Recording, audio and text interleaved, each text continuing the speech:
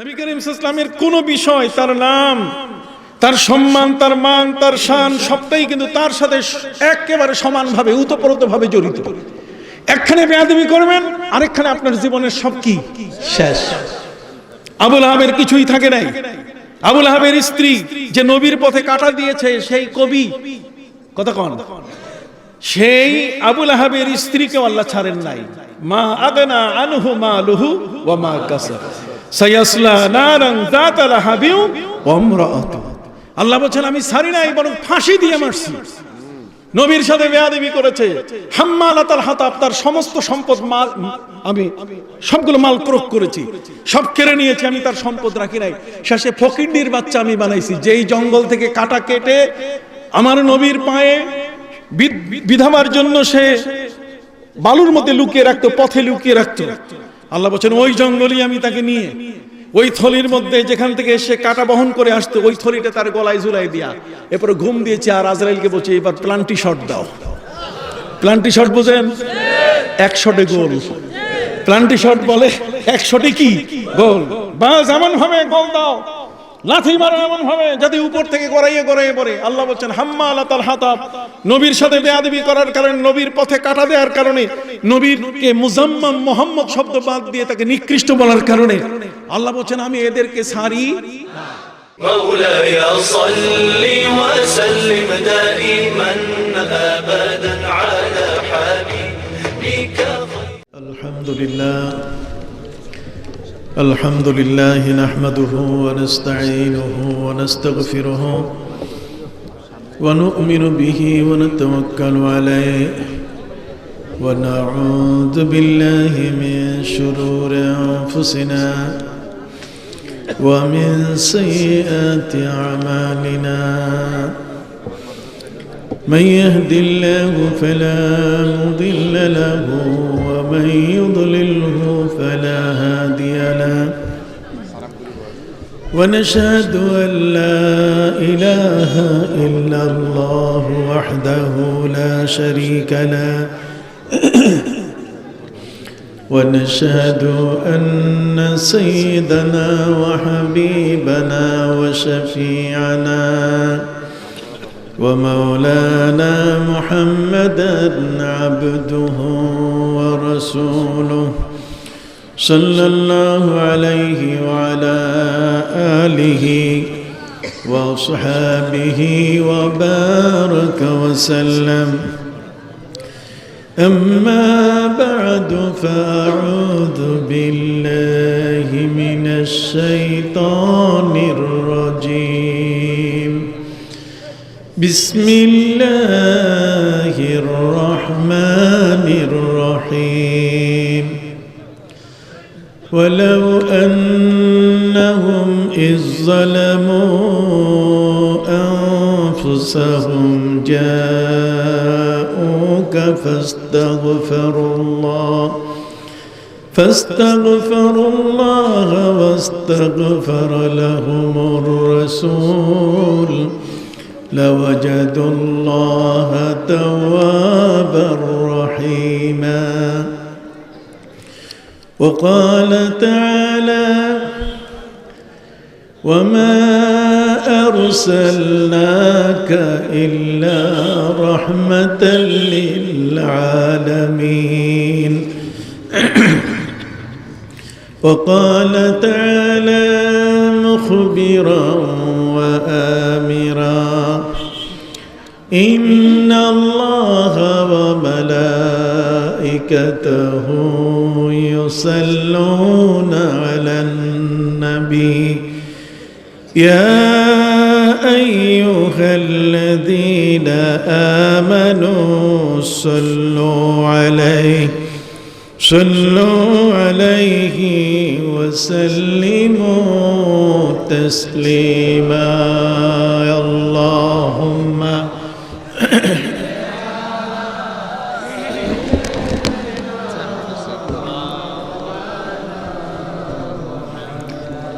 وعلى آل سيدنا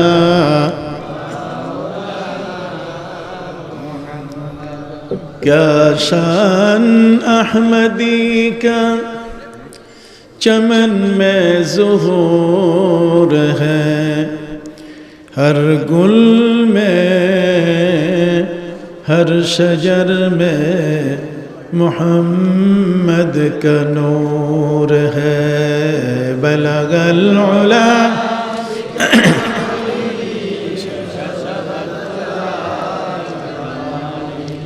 हसनत जमीउ खिसालिही।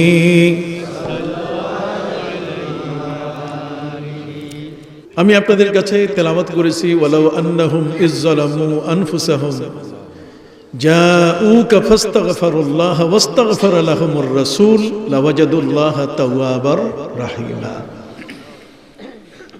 সম্মানিত সুধী, আপনারা সকলেই জানেন পৃথিবীতে সুন্নিয়তের দাবিদার এবং নবী প্রেমিকদের দাবিদারের সংখ্যা কোনো অংশে কম নয়। যে লোকটি আমার নবী সাল্লাল্লাহু আলাইহি সাল্লামের মহব্বত পবিত্র কোরআনের আয়াতে খুঁজে পায় না, সেই লোকটাও দাবি করে যে আমি সুন্নি একজন মুসলমান, কিন্তু আমরা তাকে কখনোই সুন্নি বলবো না। নবীর মহব্বতের আয়াত পবিত্র কোরআনে সে খুঁজে পায় না। এই বক্তব্য এটা ধৃষ্টতা ছাড়া, এটা নবী করিম সাল্লাল্লাহু আলাইহি ওয়াসাল্লামের সম্মানের উপরে আক্রমণ করা ছাড়া আর অন্য কিছু নয়। আমি বিশ্বাস করি এতে তার ঈমান নাই। ঈমান এমন একটি বিষয় যে নবী করিম সাল্লাল্লাহু আলাইহি ওয়াসাল্লামের ক্ষেত্রে যাররা বরাবর যদি ত্রুটি হয়, আল্লাহ পাক রব্বুল আলামিন সবকিছু তিনি কনসিডার করতে রাজি আছেন, কম্প্রোমাইজ করতে রাজি আছেন। আল্লাহর তো কম্প্রোমাইজ প্রয়োজন নাই, কিন্তু আল্লাহ পাক রব্বুল আলামিন দুটো অপরাধকে সাধারণত কখনো ক্ষমা করেন না। এই দুটো অপরাধের মধ্যে একটি হলো যদি আল্লাহর সাথে কেউ শিরক করে, ইন্না শিরকা লা যুলমুন আযীম। আর দ্বিতীয়টি হলো যদি তার প্রিয় হাবিবের সাথে যদি কেউ বেয়াদবি করে, কথায় ভাষায় আচার আচরণে যদি কোনো ধরনের বেয়াদবি করে, আল্লাহ তাআলা তাকেও ছাড়েন না। নবী করিম সাল্লাল্লাহু আলাইহি ওয়াসাল্লামের তাজিম করা উম্মতের জন্য ফরজ। নবী করিম সাল্লাল্লাহু আলাইহি ওয়াসাল্লামের তাওকির করা, তার সুমহান মর্যাদা, তার শান এবং মান যথোপযুক্ত সম্মান দিয়ে আলোচনা করা, এটা আমাদের জন্য একটি অবশ্য কর্তব্য। নবীর সম্মান ক্ষুণ্ণ হয় এমন কোন শব্দ ভাষা কোনোটাই প্রয়োগ করা যাবে না। আল্লাহ সুবহানাহু ওয়া তাআলা নবীর দরবারে জোরে কথা বলাও আমল ধ্বংসের কারণ বলে দিয়েছেন।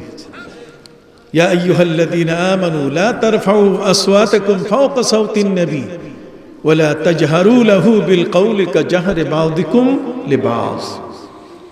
আল্লাহ বলেন জোরে কথা বলা যাবে না এবং জোর আওয়াজে নবীর দরবারে কখনো কোনো শব্দ উচ্চারণ করা যাবে না। তার কারণ এর দ্বারা আমল বাতিল হয়ে যাবে। আন তাহবাতা আমালুকুম, তোমাদের আমল বাতিল হয়ে যাবে আমলগুলো। অতএব এই একটি জায়গায় আমাদের সতর্কতা অবলম্বন করা খুবই দরকার। নবী করিম সাল্লাল্লাহু আলাইহি ওয়াসাল্লামের সাথে যারা বেয়াদবি করেছে, আল্লাহ তাদের কাউকে ছাড়েন নাই, ইতিহাস নেই। যারাই নবী করিম সাল্লাল্লাহু আলাইহি ওয়াসাল্লামের সাথে বেয়াদবি করেছে তাদের কাউকে আল্লাহ ছাড়েন নাই। যে আমাদের প্রিয় নবী সাল্লাল্লাহু আলাইহি ওয়াসাল্লামের যে মান এবং সম্মান আল্লাহ সৃষ্টি করেছেন, এই সম্মানকে ক্ষুণ্ণ করার কোনো অধিকার তিনি তার কোনো বান্দাকে দেন নাই। আমরা ইচ্ছা করলে যদি নবী করিম সাল্লাল্লাহু আলাইহি ওয়াসাল্লামের শান মান নিয়ে যদি কোনো বেয়াদবিমূলক কথা বলি, তাহলে ক্ষতি আমাদের হবে, নবীর কোনো ক্ষতি নাই। নবী করিম সাল্লাল্লাহু আলাইহি ওয়াসাল্লামের সাথে আমাদের বিশাল এক সম্পর্ক, যে তিনি আমাদের নবী আর আমরা হচ্ছি তার উম্মত। সকল নবী নিজেকে নিয়ে ব্যস্ত থাকবেন, কিন্তু আমার নবীজি তার উম্মতকে নিয়ে ব্যস্ত থাকবেন। তিনি নিজেই বলেছেন, আনা আউয়ালু শাফিঈ ওয়া মুশাফফা, আমি হলাম প্রথম সুপারিশকারী আনা আউয়ালু মান ইউজানু বিরাফির রাসি, সর্বপ্রথম আল্লাহ তাআলা আমাকে মাথা উত্তোলন করে সুপারিশ করার অনুমতি দিবেন, এবং মুশাফফা আউয়ালু শাফিঈ ওয়া মুশাফফা, সর্বপ্রথম আমার সুপারিশ আল্লাহ কবুল করবেন। কিয়ামতের ময়দানে যত নবী এবং রাসূল আছেন, সকল নবী এবং রাসূল আমাদের নবী ছাড়া তারা কেউ জান্নাতে আগে যাবেন না। নবী বলছেন আমি প্রথম জান্নাতের ফিতা কাটবো, প্রথম জান্নাতে প্রবেশ করব আমি, আমার আগে কেউ প্রবেশ করবে না। অতএব সেই নবী সাল্লাল্লাহু আলাইহি ওয়াসাল্লামের সাথে যদি কেউ কোনো ধরনের বেয়াদবি করে, সেখানে আল্লাহর কোনো রকম তার সাথে আপোষ নাই, এবং পৃথিবীর ইতিহাসে কোনো আপোষের কথা আছে বলে আমাদের জানা নেই। আসুন আমি আপনাদেরকে সংক্ষিপ্তভাবে, আপনি জানেন যে দেশে বর্তমান যে কঠিন অবস্থা, তার মধ্য থেকে আজকে আমরা এই মাহফিলে এসেছি। আমাদের এই কঠিন অবস্থায়, যেখানে নতুন প্রজাতির করোনা ভাইরাস 70% স্প্রিট নিয়ে সারা পৃথিবীতে ছড়িয়ে পড়ছে, সেখানে বাংলাদেশের আমরা যারা এখনো মসজিদে আমরা নামাজ পড়তে পারছি, আজান একামত হচ্ছে, এখনো মাহফিলগুলোতে যেভাবে আপনারা বসে আছেন তাতে মনে হয় যে করোনা ভাইরাস পৃথিবীতে নাই।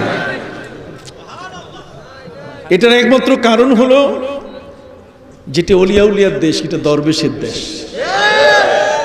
এটি হচ্ছে নবী প্রেমিকদের দেশ। এই দেশের মধ্যে নবী প্রেমিকদের সংখ্যা এত বেশি, যেখানে আমরা কোন অবস্থাতেই নবী করিম সাল্লাল্লাহু আলাইহি ওয়াসাল্লামের বিরুদ্ধে যারা বলে তাদের সাথে আমাদের কোনো আপোষ থাকে না। ইতিমধ্যে বহু প্রমাণিত হয়েছে। ফ্রান্সের শাসকের বিরুদ্ধেও আমরা বাংলাদেশ থেকে যে হুঙ্কার দিয়েছি, কেঁপে উঠেছে ফ্রান্স।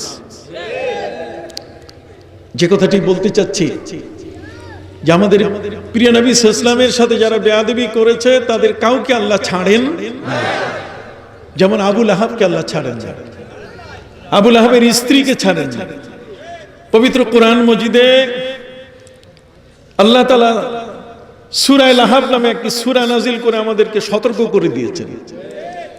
এটা আমাদের জন্য একটা সতর্ক বাণী, কিন্তু আমরা এটা পড়ি না। আমাদের কিছু কিছু ভাইরা আছে এই সূরাগুলো, সূরা ইনশিরাহ, আলাম নাশরাহ লাকা সাদরাক, এটা ওরা তাফসীর করে না।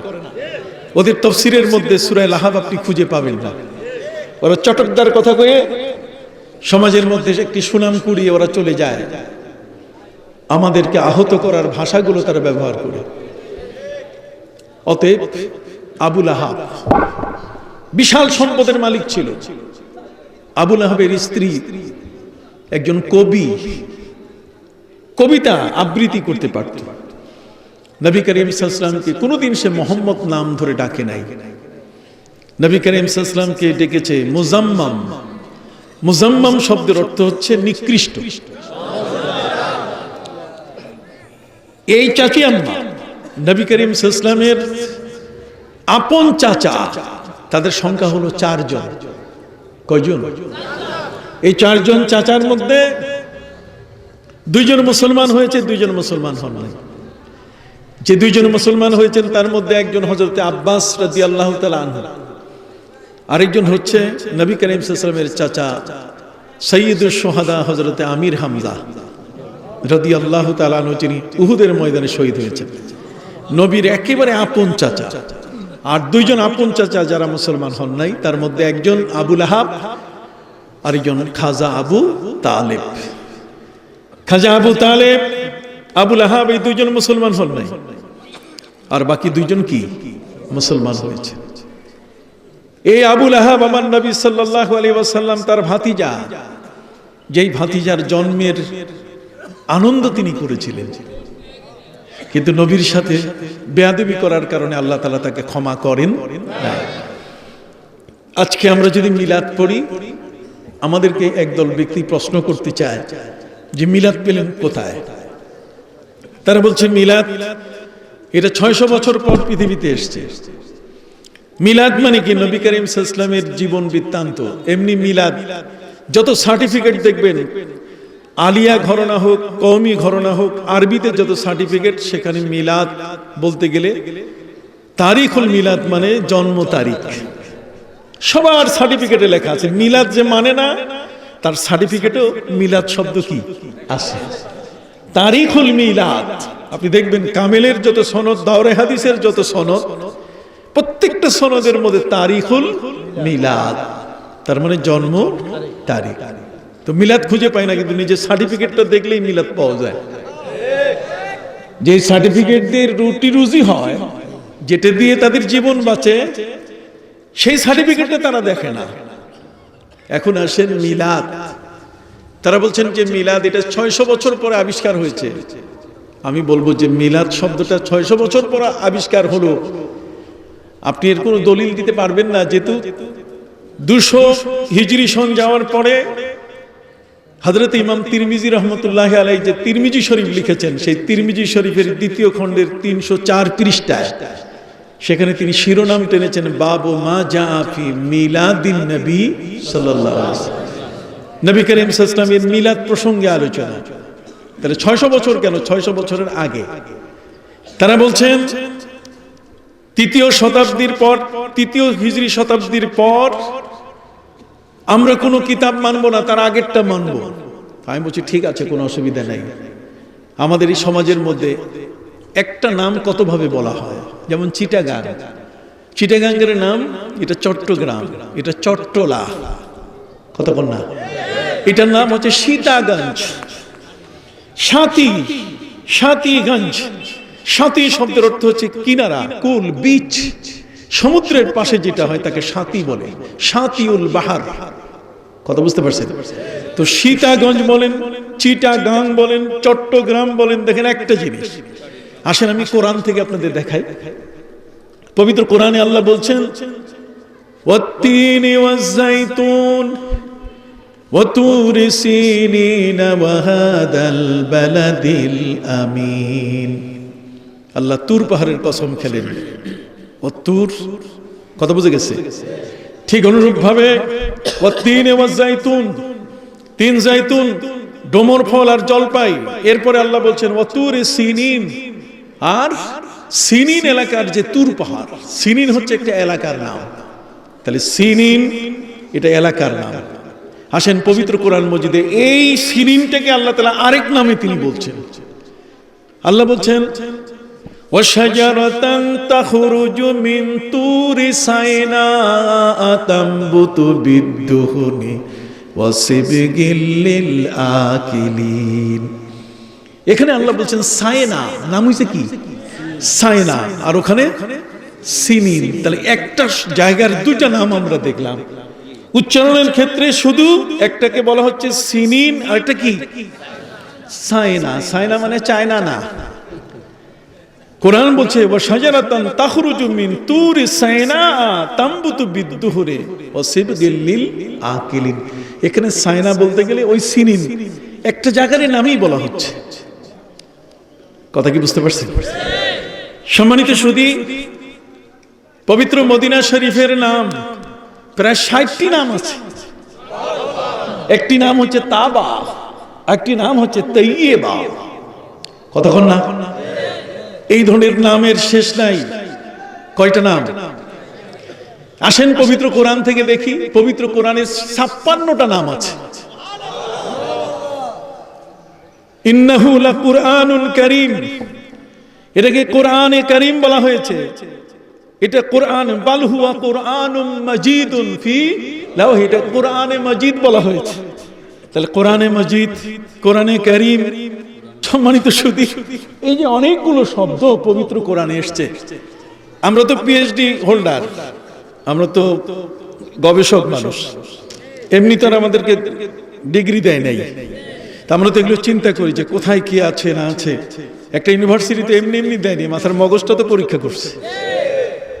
সম্মানিত সুধী, সূরা ফাতিহার নাম আল্লামা জালালউদ্দিন সুয়ুতি রহমতুল্লাহ আলাইহি, তিনি তার কিতাব আছে আল ইতকান ফি উলুমিল কুরআন, সেখানে তিনি 24টি নাম উল্লেখ করেছেন। সূরা ফাতিহার নাম সূরা ফাতিহা, সূরা মাসআলা, সূরা রাকিয়া, সূরাতুদ দুআ, সূরাতুল কানজ, উম্মুল কোরআন, কতক্ষণ? তাহলে একটা নাম যদি আপনি না নেন তো বাকিটা নেন। আপনি মিলাদ আপনার পছন্দ হয় না, মিলাদ নামটা নিচ্ছেন না, তাহলে মিলাদ ছাড়া বাকি কি আছে? আপনি বলছেন যে তৃতীয় হিজরি শতাব্দীর পরে মিলাদকে আপনি নিবেন না, তাহলে তৃতীয় হিজরির আগে যদি হয়, তাহলে অন্য শব্দে যদি হয়, তাহলে আমরা নিতে পারি কিনা একটু দেখেন। সম্মানিত সুধী, এই দেখেন আমার একটা কোট গায়ে আছে, এটা অনেকগুলো পকেট। এর ডাইন পাশে একটা পকেট আছে, বাম পাশে আছে, উপরে আছে, ভিতরে আছে, বুঝতে পারলেন? এদিকে আছে দুইটা। আবার আপনার হাতিয়া দানি এখানে কোনখানে রাখবো এটা চিন্তা করি, এটা ডাইন পাশে রাখবো না বাম পাশে, কতক্ষণ না অনেক। তো আপনি মিলাদ বলছেন, মিলাদটা এই পকেটে রেখে দিলাম, ঠিক আছে, মিলাদ এখানে থাক, এটা পরে বাইর করব। কিন্তু এই সমাজের মধ্যে যখন মিলাদ শব্দ ব্যবহার হয় নাই, তখন আরেকটা শব্দ ব্যবহার হয়েছে যেটা কোরআনে আছে, যেটা হাদিসের মধ্যে আছে। কোরআনের মধ্যে মৌলুদ শরীফ, ওই গহরডাঙ্গার সদর সাহেব তিনি বই লিখেছেন, সেখানে লিখছেন মৌলুদ শরীফ। মৌলুদ শরীফ মানে মিলাদ শরীফ, একই জিনিস। ওই চিটাগাং আর সীতাগাং আর চট্টগ্রাম, কতক্ষণ না? ওই সিরিন আর চাইনা, এগুলোর মধ্যে দুটার কোনো পার্থক্য না। সম্মানিত সুধী ভাইরা আমার, অতএব মৌলুদ, আমার নবী বলছেন কুল্লু মাউলুদিন ইউলাদু আলাল ফিতরা, প্রত্যেকটা শিশু জন্ম নিয়েছে ইসলামের উপরে। তাহলে মৌলুদ মানে শিশু, নবজাতক। আসেন পবিত্র কোরআনের দুইটা জায়গায় আল্লাহ পাক রব্বুল আলামিন এই শব্দ ব্যবহার করেছেন। আল্লাহ বলছেন ওয়ালাল মাউলুদি লাহু রিজকুহুন্না ওয়া কিসওয়াতুহুন্না। আল্লাহ বলছেন এই মৌলুদের ব্যাপারে, ছোট্ট শিশু এটা জন্ম নেওয়ার ব্যাপারে তার বাবা মা, এটা হচ্ছে দায়িত্ব। তার খাবার, তার পোশাক, এগুলো সবকিছু দায়িত্ব পালন করবে কে? মা বাবা। কথা কি বুঝতে পারছেন? তাহলে এখানে নবজাতক, মৌলুদ শব্দের অর্থ নবজাতক। ওয়ালা ইয়াজজি ওয়ালিদুন আও ওয়ালাদিহি শাইয়া ওয়ালা মাউলুদুন হুয়া জাজিন আও ওয়ালিদিহি শাইয়া। পবিত্র কোরআন মজিদে এখানেও আল্লাহ পাক রব্বুল আলামিন মৌলুদ শব্দ ব্যবহার করেছেন। তাহলে কি বুঝতে পারছেন? তাহলে মৌলুদ শব্দের অর্থ কি? নবজাতক, যে মাত্র জন্ম নিল। কতক্ষণ? কোরআনে আছে কিনা? তাহলে আপনি মিলাদ নিয়ে তো ভেজাল করেন কেন? আপনি চিটাগাং বলবেন না চট্টগ্রাম বলেন, আপনি মিলাদ বলবেন না আপনি মৌলুদ বলেন। আপনি মৌলুদের বাইরে কি আপনি যাইতে পারবেন? কোরআনে বলা আছে। যদি বলেন যে দেশাচার নিয়মে মিলাদ আছে কিনা, মৌলুদ আছে কিনা, আছে। আপনি জেদ্দায় বিমানবন্দরে প্লেন থেকে নামার পরে আপনি যদি সৌদি আরবের কোনো বাসের চালক, কোনো ড্রাইভারকে যদি বলেন যে মৌলুদুন নবীতে নিয়ে যাও, মৌলুদুন নবী সাল্লাল্লাহু আলাইহি সাল্লামে নিয়ে যাও, তাহলে সে আপনাকে নিয়ে যাবে নবী করিম সাল্লাল্লাহু আলাইহি সাল্লামের জন্মস্থান যেখানে, ঠিক সেখানে নিয়ে যাবে। সৌদি আরবের জেদ্দার এমন কোন ড্রাইভার নাই, মক্কার এমন কোন ড্রাইভার নাই যে ড্রাইভার কি মৌলুদুন নবী চিনে না। তাহলে বুঝে গেছে মৌলুদ তারা চিনে, আর আপনি বাংলাদেশে এত চিল্লাচিল্লি করেন কেন? এখানে আপনি মৌলুদ নাই, এখানে মিলাদ নাই, এই নেই সেই নেই। একটা শব্দ কত ভাবে আসে, সুবহানাল্লাহ। এই শব্দটা মিলাদ শব্দটা, এটা যে মাদ্দা, এটা যে ওয়ালাদুন, ওয়ালাদ মানে সন্তান। আল্লাহ বলছেন লা উকসিমু বিহাদাল বালাদ ওয়া আনতা হিল্লুম বিহাদাল বালাদ ওয়া ওয়ালিদিন ওয়া মা ওয়ালাদ। এখানে ওয়ালিদ, ওয়ালাদ, মাউলুদ, ওয়ালিদ, মিলাদ সবগুলো তো এক জায়গা থেকে বাইরে হইতেছে। আফাতুমিনুনা বিবাদিল কিতাব ওয়া তাকফুরুনা বিবাদ। কিছু মানো আর কিছু মানো না, যেটা তোমার পক্ষে মনে হয় না, তোমার ওস্তাদ যেটাকে শিখাই দিয়েছে যেটা না, বাস বাকবাকুম পায় না তো মাথায় দিয়ে এটা। এখন তুমি বাকবাকুম নিয়ে আসো, আমরা বাকবাকুম নিয়ে কখনো থাকি? আমরা থাকি কোরআন এবং হাদিসের মধ্যে। এই শব্দগুলো বিতর্কের শব্দ নয়, এগুলো দিয়ে বিতর্ক করা যাবে না। মিলাদ, মৌলুদ এগুলো নিয়ে বিতর্কের কোনো সুযোগ নাই। সম্মানিত সুধী, ফেরাউন যখন মিশরের ময়দানে বক্তব্য দিচ্ছে, কোরআন সেটাকে কোট করেছে, খুব সংক্ষিপ্ত ভাষায় কোরআন বলেছে ফাহাশারা ফানাদা ফাকালা আনা রাব্বুকুমুল আ'লা। ফাহাশারা সমাবেশ করলো, ফানাদা সে বক্তব্য দিল। বক্তব্যের জিনিসটা কি ছিল? যে আমি তোমাদের শ্রেষ্ঠ খোদা, শ্রেষ্ঠ রব। নাউযুবিল্লাহি মিন যালিক। এই বক্তব্য শোনার সাথে সাথে সব মানুষের কাছে সে যে বক্তব্যের মূল সারবস্তু তুলে ধরেছে সেটা হলো, ইয়া মিসরের বাসীকে জিজ্ঞেস করে বলছে, আলাইসা লি মুলকু মিসরা ওয়া হাযিহিল আনহারু তাজরি মিন তাহতি। হে মিশরবাসী, মিশরের সমস্ত নদী আমার সিংহাসনের তলদেশ দিয়ে, এর স্লুইস গেটের চাবি আমার হাতে। কাজে যদি তোমরা আমাকে রব বলে স্বীকার না করো তাহলে আমি তালা বন্ধ করে দিব, পানি পাবে না। সবাই আতঙ্কিত হয়ে গেল। তারা বলছে, বটে, তোমাকে আমরা মানি, তুমি আমাদের শ্রেষ্ঠ রব। হযরত মুসা আলাইহিস সালাম একা ছিলেন, তিনি লাঠি উঁচু করে বললেন, খবরদার, তোমার পায়ের গোড়ালি সাইজ করে দেব। তুমি আল্লাহর আসনে বসতে পারো? তুমি আল্লাহর সৃষ্টি। সম্মানিত সুধী, ফেরাউনের বক্তব্য এদিক সেদিক হয়ে গেল। ফেরাউন যখন দেখল তার বক্তব্যের বিরুদ্ধে একজন যুবক লাঠি উঁচু করেছে, ফেরাউন জানতে চাইল সেই যুবকটা কে, দেখো তো। কয় মুসা। কয় মুসা তো আমার ঘরে ছোট থেকে বড় হয়েছে, তাকে ছোট থেকে বড় আমি তাকে লালন করেছি, ও যখন শিশু থেকে আমি তাকে বড় করেছি। অতএব তোমরা পথ খালি করে দাও, ওকে আমি জিজ্ঞাসা করি। হয়তো মুসা আলাইহিস সালামকে ফেরাউন জিজ্ঞাসা করছে, আলাম নুরাব্বিকা ফিনা ওয়ালিদা, তুমি কি ছোট শিশু ছিলে না? আমি কি তোমাকে লালন করি নাই? তাহলে এখানে ওয়ালিদ শব্দের অর্থ হচ্ছে ছোট্ট কি, শিশু। এই জন্য গহরডাঙ্গার মৌলানা শামসুল হক ফরিদপুরি সাহেব তিনি লিখেছেন যে মিলাদ হোক আর মৌলুদ হোক, যখন শরীফ শব্দ যোগ হবে, কি শরীফ, মৌলুদ শরীফ, মিলাদ শরীফ যখন যোগ হয়ে যাবে তখন আমার নবীজিকে বুঝাবে।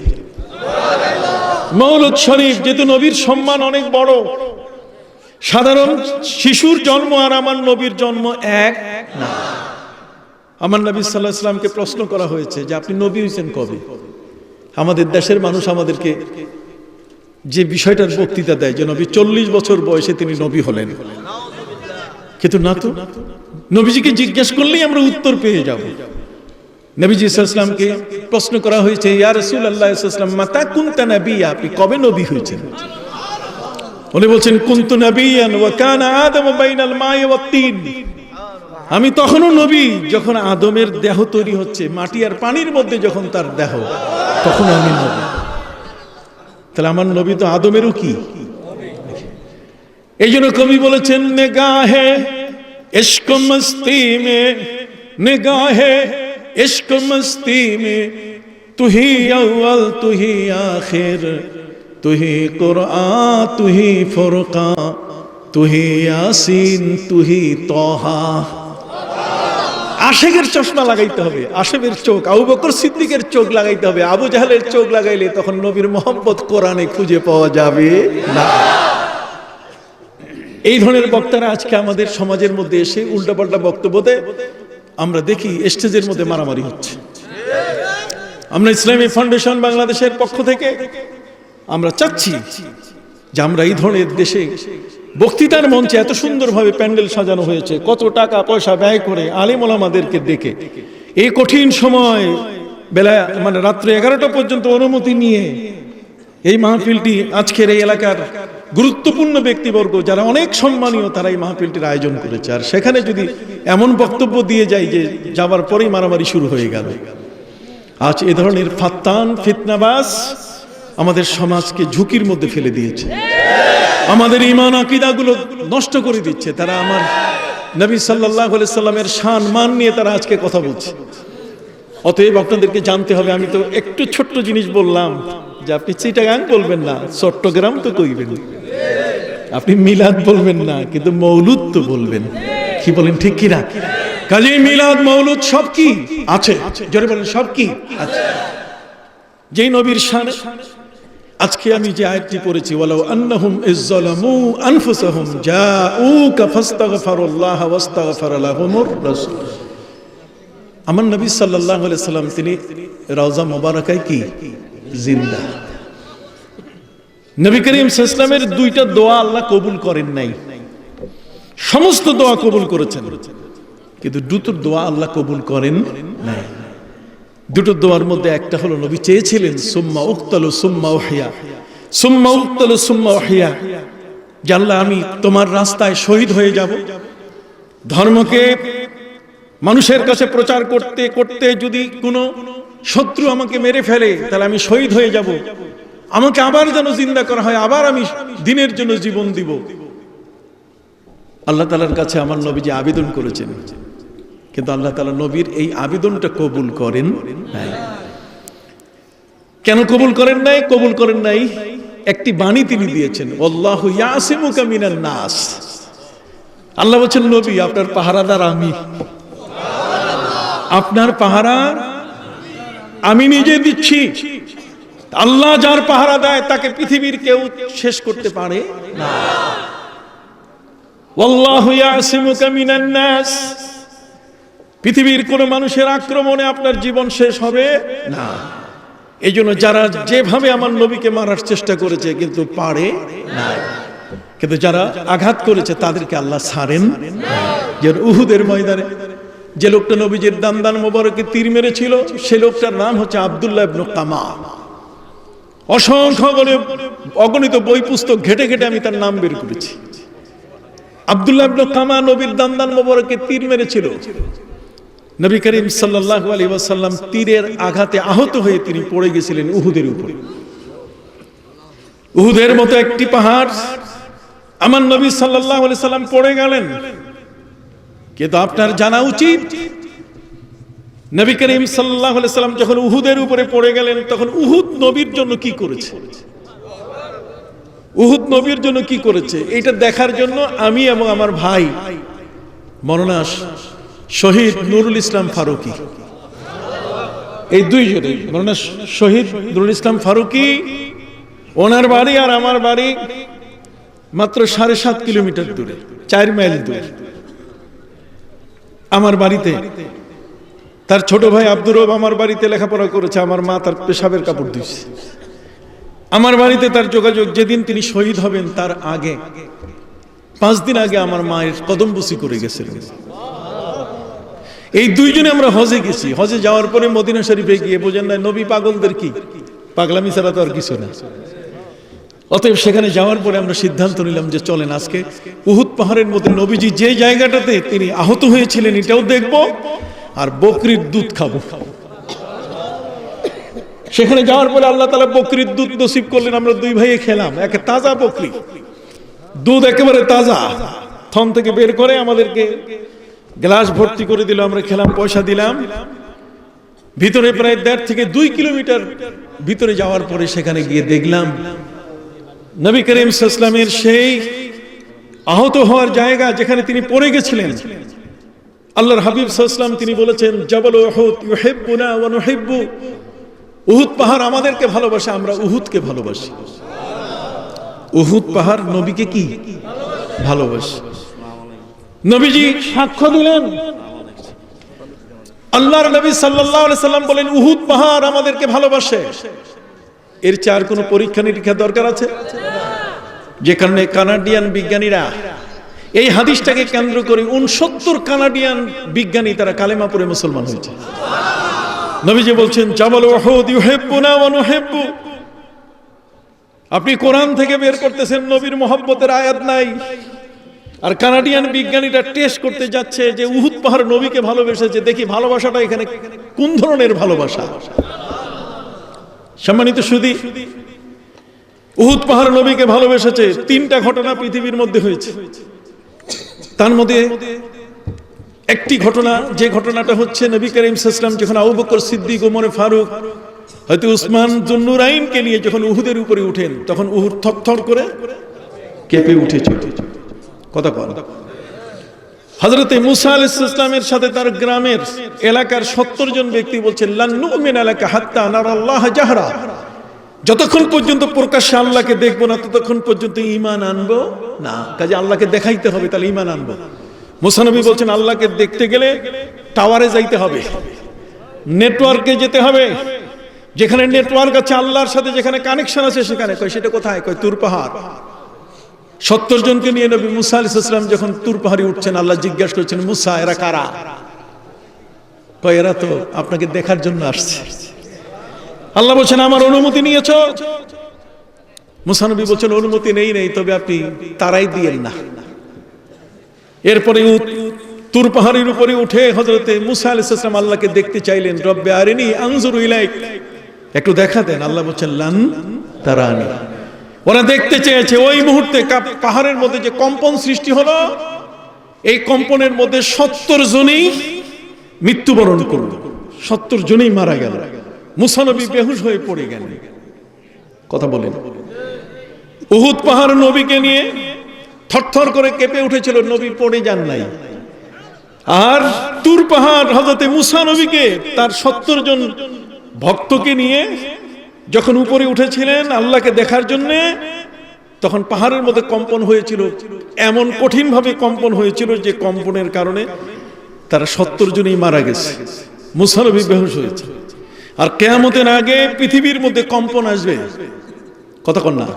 পৃথিবী ধ্বংস হয়ে যাবে। ইয়া আইয়ুহান নাস ইন্না জালজালাতাস সাআতি শাইউন আযীম।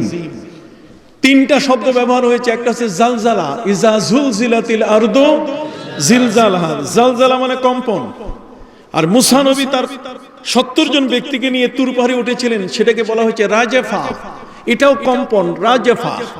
আর নবী করিম সাল্লাল্লাহু আলাইহি ওয়াসাল্লাম তার এই 3 জন সাহাবীকে নিয়ে উহুদ পাহাড়ে উঠলেন, তখন হয়েছিল হারকত, হাররাকা।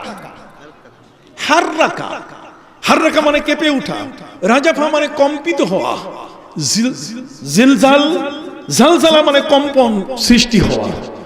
এই 3 কম্পন এক ধরনের নয়। কিয়ামতের আগে যখন কম্পন হবে তখন পৃথিবীর মাটি তামার মাটিতে পরিণত হয়ে যাবে, এটা আরেক জিনিস। আর মুসা আলাইহিস সালাম তুর পাহাড়ে তার 70 জনকে নিয়ে উঠেছিলেন, সেটা এত কম্পন ছিল, কঠিন, যে আল্লাহকে দেখতে চেয়েছে। এটা জঘন্যতম একটা বেয়াদবি। একজন নবীকে শর্ত দিয়েছে, আল্লাহ এটা মেনে নেন নাই, তারা দেখে নাই। এরপরেও আর দেখতে চায় নাই তারা। তাদেরকে আল্লাহ জীবিত হওয়ার সুযোগ করে দিয়েছিলেন। মরার পরে আবার জিন্দা হয়, এটা আল্লাহ তাআলা পৃথিবীতে হযরত উযাইর আলাইহিস সালাম সহ হযরত ঈসা নবীর মাধ্যমে ওয়া উবরিউল আকমাহা ওয়াল আবরাসা ওয়া উহিল মাউতা বিইজনিল্লাহ। ঈসা নবী তিনি তার জীবনে 4 জন ব্যক্তিকে জীবিত করছেন। কয়জন? 4 জন। ইবনুল আজুস, জারিয়া, ইবনাতুল আশের আর সাম ইবনে নূহ। এই 4 জন ব্যক্তিকে তিনি জিন্দা করেছিলেন। অতএব পৃথিবীতে মারা যাওয়ার পরও যে জিন্দা করা যায়, মেয়াদি মৃত্যু হয়, পবিত্র কোরআনের বিবরণ আছে, আমরা পড়ি না যে কারণে জানি না। আমি যে বিষয়টি বলতে চাচ্ছি আপনাদের কাছে, যে কম্পন 3 ধরনের। কথা কন না? এক ধরনের কম্পনে মেক্সিকোর মতো পৃথিবীটা তলিয়ে গেল। আরেক ধরনের কম্পন যেখানে মুসা আলাইহিস সালামের সাথে 70 জন ব্যক্তি বেহুশ হয়ে কেউ মারা গেল। আরেক ধরনের কম্পন যেখানে কেউ মারা যায় নাই, পড়েও নাই। নবী করিম সাল্লাল্লাহু আলাইহি ওয়াসাল্লাম তিনি উহুদ পাহাড়ের উপরে ওঠার সাথে সাথে ফাহাররাকা, উহুদ কাঁপা শুরু করলো। তার মানে সে আনন্দে উদ্বেলিত যে নবীর শান এত বড়, নবীর কদম আমার বুকের উপরে, অতএব আমি সেই কদমটার মর্যাদা ধরে রাখতে পারবো কিনা, এই জন্য সে কেঁপে উঠেছিল। নবী করিম সাল্লাল্লাহু আলাইহি ওয়াসাল্লাম পা দিয়ে আঘাত করে বলছেন, কাফ, থামো। এই মুহূর্তে তোমার উপর একজন নবী দাঁড়ানো আছেন, একজন সিদ্দিক দাঁড়ানো আছেন, 2 জন শহীদ দাঁড়ানো আছেন। হযরতে ওমর রাদিয়াল্লাহু তাআলা আনহু তিনি উসমান রাদিয়াল্লাহু তাআলা আনহুকে ইশারা দিয়ে বলছে, ফয়সালা হয়ে গেল, আজকে 2 জনে শহীদ হয়ে যাব। নবী যা বলেন তা তো মহাসত্য, তিনি আস-সাদিকুল মাসদুক। ভাইরা আমার, উহুদ পাহাড় নবীকে নিয়ে কেঁপে উঠেছিল, নবী থামালেন, কিন্তু নবী পড়ে যান নাই। আর তুর পাহাড় হযরত মুসা নবী তার সাথে সঙ্গী 70 জন আল্লাহকে দেখতে চেয়েছে। আল্লাহ পাক রব্বুল আলামিন বলেন, লান তারানি, দেখতে পাবে না। আল্লাহ একটু দেখা দেন। আল্লাহ বলেন, ঠিক আছে। ফালাম্মা তাজাল্লা রাব্বুহু জালাহু দাক্কা ফাখাররা মুসা সায়কা। কোরআন বলেছে হযরত মুসা আলাইহিস সালাম বেহুশ হয়ে পড়ে গেলেন, 70 জন মারাই গেল। সুবহানাল্লাহ বলুন। আর কিয়ামতের ময়দানে আজকে যেখানে বসে আছেন এই জমিনটা থাকবে না। ইয়াউমা তুবাদদালুল আরদু গায়রাল আরদি ওয়াস সামাওয়াতু ওয়া বারাজু লিল্লাহিল ওয়াহিদিল কাহ্হার। এই জমিন বদলে যাবে, একটা গাছপালা মাটি কিছুই থাকবে না। আমি আর শহীদ মাওলানা নুরুল ইসলাম ফারুকী দুজনে মিলে উহুদের ভিতরে চলে গেলাম। যাওয়ার পরে দেখি যে এই উহুদ নবীকে নিয়ে, তার বুকের উপরে নবী পা রেখেছিলেন, আর সেই নবীর পা কদম মোবারককে নিয়ে সে নেচে উঠেছিল যে নবীর পায়ের মর্যাদা আমি দিতে পারবো কি না। সম্মানিত সুধী, সেই উহুদের উপরে নবী তীরের আঘাতে আহত হয়ে তার দান্দান মোবারক শহীদ হয়ে গেল। নবী পড়ে গেলেন। আমরা দেখতে চেয়েছি দুই ভাই মিলে, আমরা সুন্নি আকীদার, সুন্নি ঘরানার, আমাদের দৃষ্টি ভিন্ন, আমাদের চোখের দৃষ্টি আলাদা। আমাদের চোখের দৃষ্টি, সয়েল টেস্ট যে ইঞ্জিনিয়ার করে সে বালু দেখলেই বলতে পারে এখানে কয়তলা বিল্ডিং হবে, আর আমাদের চক্ষু আরেক ধরনের, যে পাহাড়ের অবস্থান দেখলেই বুঝতে পারবো যে তার মহব্বতের মাত্রা ছিল কত বড়। সম্মানিত সুধী,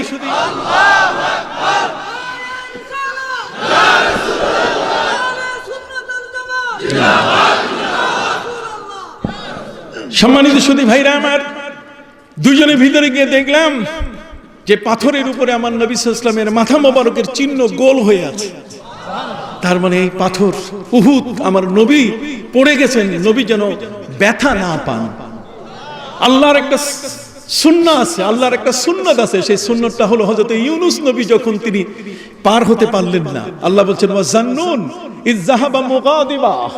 তোমরা মাছওয়ালা নবীর জীবনী পড়ো, যখন তিনি গোস্বা হয়ে নিজের কওম থেকে, নাইনুয়া গ্রাম থেকে যখন তিনি চলে যাচ্ছিলেন, তিনি নৌকায় উঠলেন, নদী পাড়ি দিতে হবে, নাহলে ওই গ্রামে যাওয়া যাবে না। আমি সেই নাইনুয়া গিয়েছি, ইউনূস আলাইহিস সালামের যে গ্রামে তিনি তার নিজের ধর্ম প্রচার করেছেন, দ্বীন প্রচার করেছেন, সেখানে আল্লাহ যাবার সুযোগ আমাকে দিয়েছেন। সম্মানিত যদি তিনি নৌকায় উঠলেন, মাঝি নৌকা সামনে নিতে পারছে না, নগি বৈঠা টানতেছে, কিন্তু কোনো মতে মাথা যাচ্ছে না, মাথা ঘুরে আসতেছে। তিনি বললেন কোন পলাতক, কোন গোলাম থাকতে পারে। হাত উঁচু করে নবী ইউনূস আলাইহিস সালাম বলেন আমি সেই। শেষ পর্যন্ত লটারি হলো, লটারিতে হযরত ইউনূস নবীর নাম বারবার আসাতে তিনি বলছেন যে আর আমি যাবই না। তিনি তার অতিরিক্ত কাপড় খুলে দিয়ে নৌকার মাথায় চড়ে তিনি পানির উপরে দরিয়ার মধ্যে লাফ দিলেন যে না, আমি এই গ্রামে থাকবো না, আমি পার হয়ে যাবই। নৌকা আমাকে নিচ্ছে না, সাঁতার কেটে যাব। কিন্তু উপর থেকে নিচে তিনি পানিতে জাম করেছেন, লাফ দিলেন। এই লাফ দেওয়ার কারণে তার গায়ে পানির আঘাত আসতে পারে, এই জন্য আল্লাহ তাআলা সেই আঘাতে যেন আমার ইউনূস আহত না হয়, এই জন্য তিনি তিমি মাছকে বললেন যে তাড়াতাড়ি যাও, আমার নবী ইউনূস লাফ দিচ্ছে, তুমি মুখের মধ্যে তাকে ধরে ফেলো, যাতে আমার নবী পানির আঘাতে যেন আহত না হয়। সুবহানাল্লাহ বলেন। সেই মাছের পেটে হযরত নবী ইউনূস আলাইহিস সালাম মাছ তাকে আধার মনে করে পেটের মধ্যে খুব ঘাপুস ঘাপুস করে খাবে। আল্লাহ বলছেন ইয়া হুদ ইন্নী লাম আজআলহু লাকা রিজকা, রে মাছ তিমি, হুদ মানে তিমি, আমি তোমাকে, তোমার জন্য আমার নবীকে কিন্তু আহার বানাই নাই, আধার বানাই, বল জাআলতু বাতনাকি মাসজুনা, বরং তোমার পেটটাকে তার জন্য জিন্দানখানা, জেলখানা বানাইছি, যেহেতু আমার অনুমতি ছাড়া যাচ্ছে। অতএব মাছের পেটে ফি যুলুমাতিন সালাস, তিনটা অন্ধকার, অমাবস্যার অন্ধকার, মাছের পেটের অন্ধকার, আরেকটা হলো পানির নিচে অন্ধকার। তিনটা অন্ধকারে নবী ইউনূস উনি মনে করেছেন আমি মরে গেছি। আমরা তিনটা কাল জানি, অতীতকাল, বর্তমান কাল, কিন্তু মুসলমানরা সবসময় দুইটা কাল মনে করে, একটা হচ্ছে ইহকাল আর একটা কি পরকাল। অতএব এই পরকাল উনি মনে করছে আমি মারা গেছি, পরকালে চলে এসেছি। উনি মাছের পেটে মনে করেছেন যে আমার পরকালের জীবন শুরু হয়েছে, কিন্তু পায়ে ছিল বাতের ব্যথা, পা সোজা করতে গিয়ে দেখে পা সোজা হয়ে গেছে। উনি বলছেন আরে আমি তো বেঁচে আছি। তখন তিনি ওই মাছের পেটে ওই অবস্থায় আল্লাহকে ডাক দিয়ে বলেন ইয়া রাব ইন্নী ইত্তাখাযতু বাতনাল হুত মাসজিদা মা লাম ইয়াত্তাখিযু আহাদুম মিনান নাস, হে আমার রব, মাছের পেটটাকে আমি মসজিদ বানাইয়া তোমার ইবাদত শুরু করে দিলাম। কিয়ামত পর্যন্ত আর কেউ মাছের পেটে বন্দিও হবে না, আর কেউ নামাজও পড়বে না, যেহেতু আমি এখনো জিন্দা আছি। আমরা একটু লাইট চলে গেলে এশা শেষ, একটু এদিক সেদিক হয়ে গেলে, ঝড় বৃষ্টি হয়ে গেলে আর ফজরের খবর নাই। কতক্ষণ আমাদের দেশের বউরা, এরা বেলা 10টায় ওদের ফজর হয়। কিন্তু হযরত নবী ইউনূস আলাইহিস সালাম তিনি যখন বুঝতে পারলেন যে আমি মারা যাই নাই, আমি এখন পরকালে যাই নাই, আমি ইহকালে আছি, তখন তিনি মাছের পেটটাকে কি বানাইছেন? মসজিদ বানাইছেন। তাহলে মাছের পেটে হযরতে নবী ইউনূস আলাইহিস সালাম আল্লাহ তাআলা তাকে রাখলেন যত্ন সহকারে, যাতে পানিতে বাড়ি খেয়ে যেন তার নবীর কষ্ট। আমার নবী সাল্লাল্লাহু আলাইহি ওয়াসাল্লাম তিনি উহুদের উপরে পড়ে গেলেন, উহুদ পাহাড় যেন, এই পাথরে যেন তিনি আহত না হন। এই জন্য উহুদ পাহাড় নবীর সাথে যে আচরণ করেছে সেটা ফোমের বিছানার মতো হয়ে গেছিল।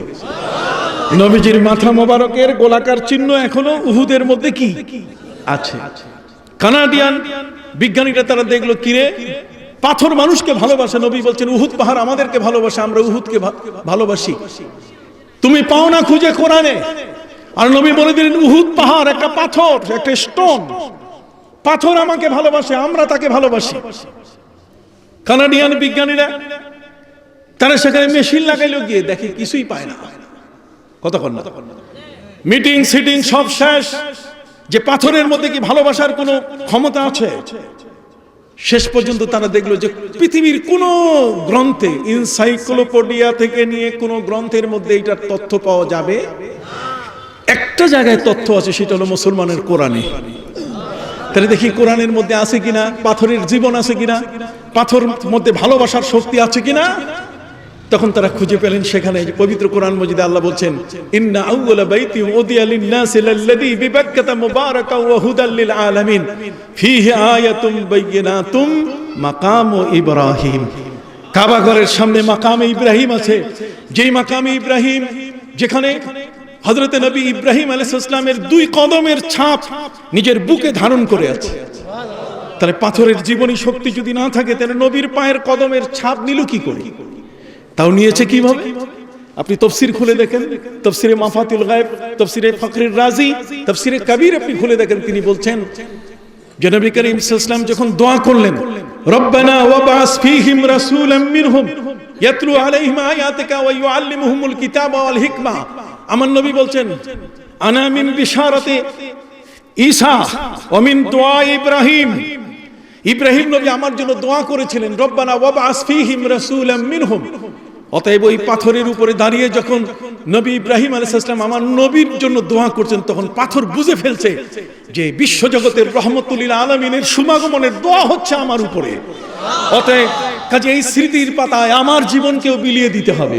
এই জন্য পাথর মোমের মতো কি নরম হয়ে গেছে।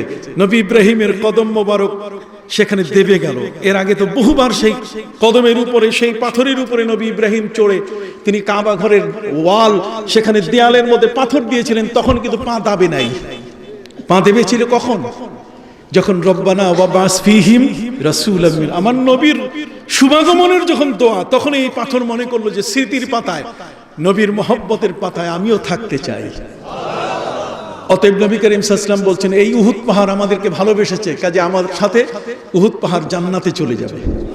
এবং নবীজি বলছেন, তোমরা যখন উহুদে জান্নাতে যখন প্রবেশ করবে, জান্নাতের ডান পাশে যে রুকনে ইয়ামানি, ডান পাশে তোমরা দেখবে উহুদ পাহাড় সেখানে রাখা আছে। তাহলে যে পাহাড় নবীকে ভালোবেসেছে, সে যদি জান্নাতে যেতে পারে, তাহলে আমরা নবীকে ভালোবেসে জান্নাতে যাইতে পারি কিনা? তাহলে যারা আজকে প্রশ্ন তুলতেছে যে কোরআনের মধ্যে নবীর মহব্বতের আয়াত নাই, তাদের উদ্দেশ্য কি? জোরে বলেন, তাদের উদ্দেশ্য কি? তাদের উদ্দেশ্য অবশ্যই ভালো, যদিও কিছু অবুঝ মানুষ তাদেরকে গাড়ি কিনে দিচ্ছে, ফ্ল্যাট দিচ্ছে, কতক্ষণ না, এদের গোমর, এদের ভিতরি অংশ তারা বুঝে না। কিন্তু তারপরও নবীর মহব্বতের ভালোবাসা, যেই ভালোবাসার উপরে ভিত্তি করে ওই উস্তুনে হান্নানা নবী করিম সাল্লাল্লাহু আলাইহি ওয়াসাল্লামকে ভালোবেসে কিয়ামতের ময়দানে নবীর সঙ্গী হয়ে জান্নাতে চলে যাবে। ওই কবুতরি যেটা নবীজির জালিতে ডিম পেড়ে দিয়েছিল, ওই মাকড়সা জাবালে সুরে যে জাল বেঁধে দিয়েছিল, সেটা নবীর সঙ্গী হয়ে কোথায় যাবে? জান্নাতে চলে যাবে। অতএব সম্মানিত সুধী, কানাডিয়ান বিজ্ঞানীরা খুঁজে দেখে, মেশিনে ধরা পড়ে না পাহাড়ের ভালোবাসা। তাহলে স্যাটেলাইট দিয়ে দেখি। তাহলে স্যাটেলাইট দিয়ে দেখা শুরু করলো যে উহুদ পাহাড়টার উপরটা আরবি অক্ষরে মোহাম্মদ লেখা দেখা যাচ্ছে। কি চমৎকার, সুবহানাল্লাহ বলেন। এই জন্য বলি, নবীজি রওজা মোবারকে কি জিন্দা। এই বিষয়টি নিয়ে আমার ভাই কথা বলবেন। যেহেতু আপনারা একটা সময়ের উপর এখানে এসেছেন, আমি মনে করি আমাদের সাথে কারো কোনো দ্বন্দ্ব নাই। নবীর ভালোবাসাই হলো আমাদের মুখ্য কি উদ্দেশ্য। এই ভালোবাসা যেখানে আছে আমরা সেখানে আছি, ভালোবাসা যেখানে নাই সেখানে আমরা কি নাই। নবীর ভালোবাসায় টুপি, দাড়ি, পোশাক, নামাজ, ইবাদত, বন্দেগী, আমাদের পরিবার পরিজন, আত্মীয়তা, আমাদের চলাফেরা, উঠা বসা সব নবীর সুন্নাহ অনুযায়ী হবে। আপনি হাদিস অনুযায়ী সব পারবেন না। অনেক হাদিস এমন আছে যা মনসুখ হয়ে গেছে, বাতিল হয়ে গেছে। কতক্ষণ না হাদিস কি হয়ে গেছে, বাতিল হয়ে গেছে। এখন বাতিল হাদিস আপনি টেনে এনে হযরত আলীকে আপনি মতখোর বানাই দিলেন।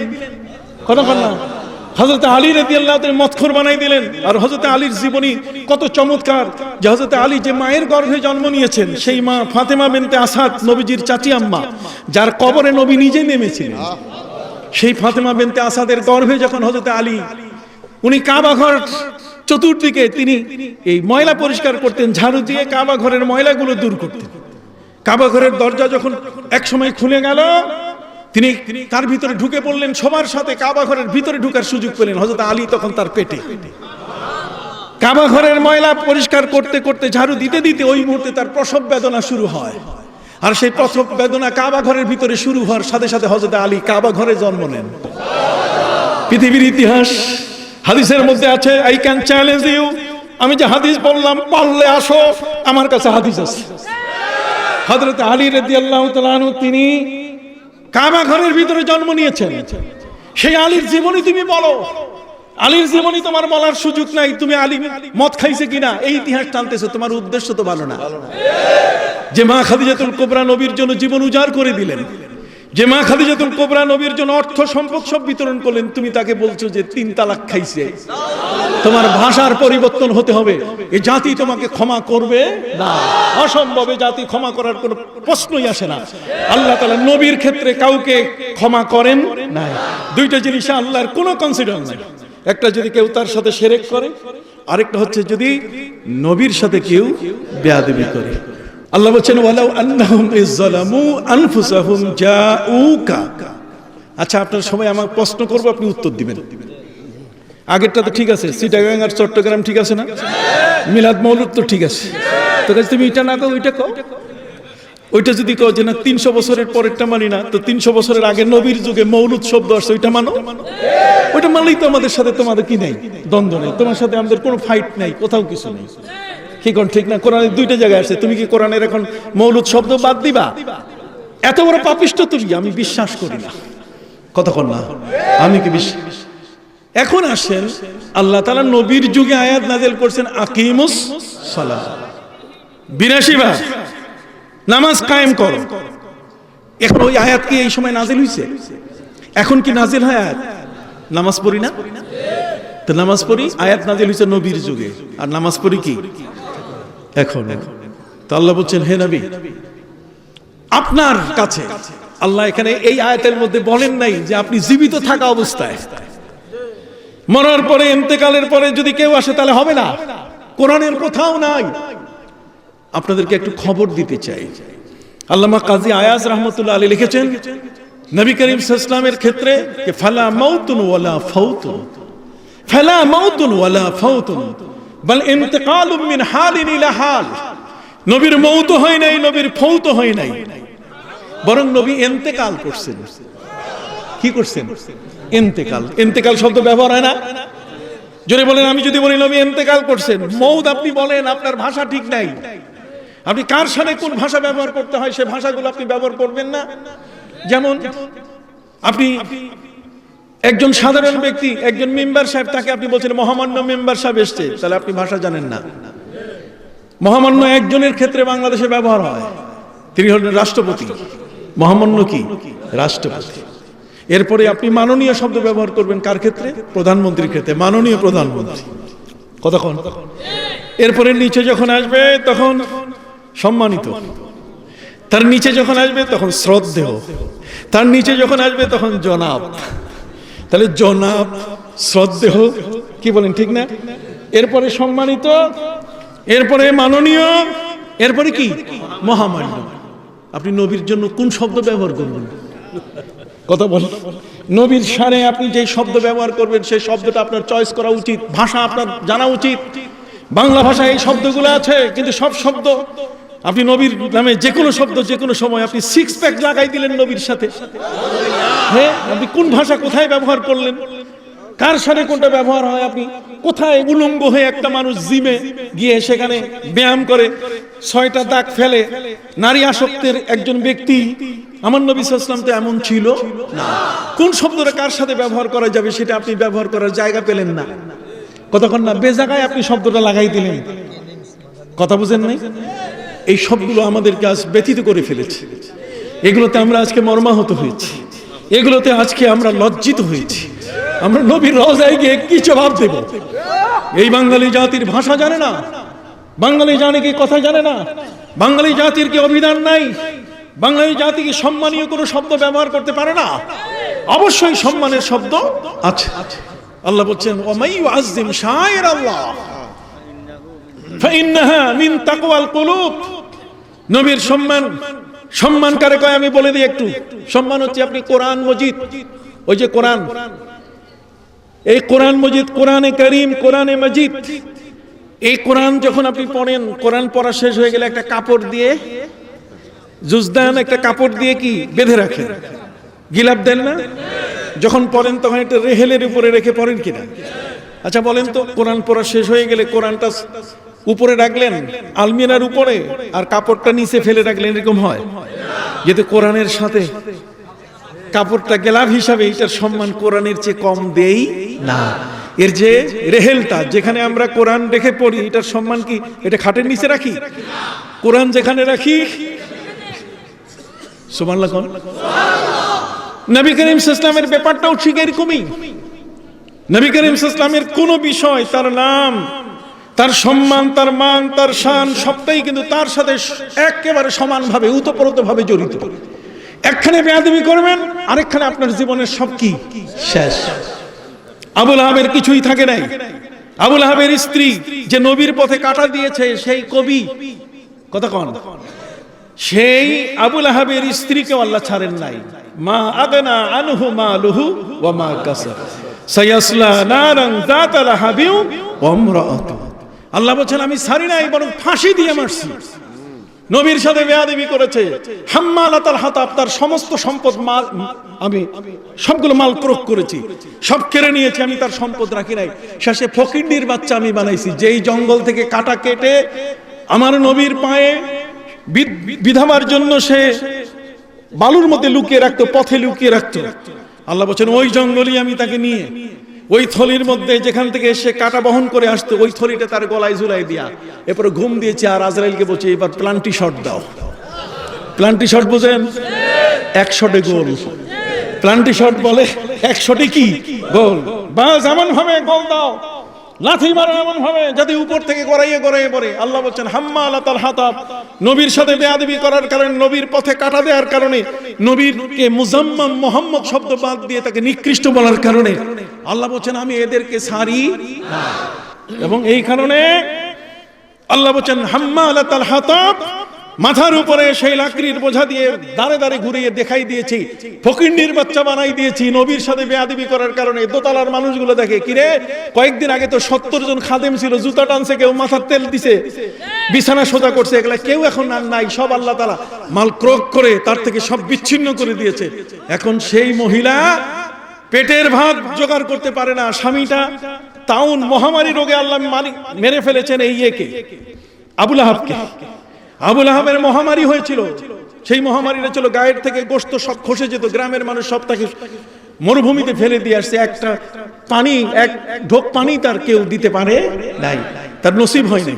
আর স্ত্রী, সেই স্ত্রীর নাম হলো উম্মে জামিল, বিশ্ব সুন্দরী, কিন্তু আল্লাহ তাআলা তাকে ছাড়েন নাই। এবং সেই বিশ্ব সুন্দরীটার এমন অবস্থা করছেন যে মাথার মধ্যে ওই লাকড়ির বোঝা দিয়ে দুয়ারে দুয়ারে আল্লাহ ঘুরালেন। হাম্মালাতাল হাতাব।